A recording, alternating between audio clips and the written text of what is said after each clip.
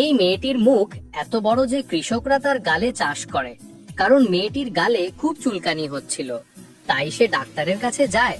Doctor microscope দিয়ে তার গালে একটি কালো দাগ দেখতে পান, যা দেখে ডাক্তার তার গালে লাগানোর জন্য ক্রিম নিয়ে আসেন। তখনই ডাক্তার দেখেন যে দাগের জায়গাটিতে একজন কৃষক মাটি খুঁড়ছেন।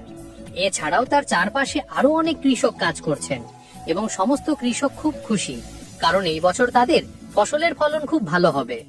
তখনই মেয়েটি বলে, তুমি কি দেখছো? তাড়াতাড়ি করো, আমার হাতে সময় কম।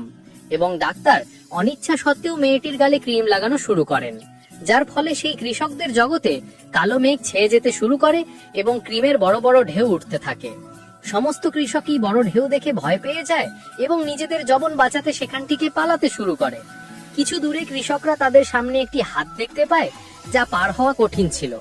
ডাক্তার কাঁদতে কাঁদতে ক্রিম লাগিয়ে যাচ্ছিলেন, কারণ সমস্ত কৃষক শেষবারের মতো তাদের পরিবারের সদস্যদের সাথে দেখা করছিল।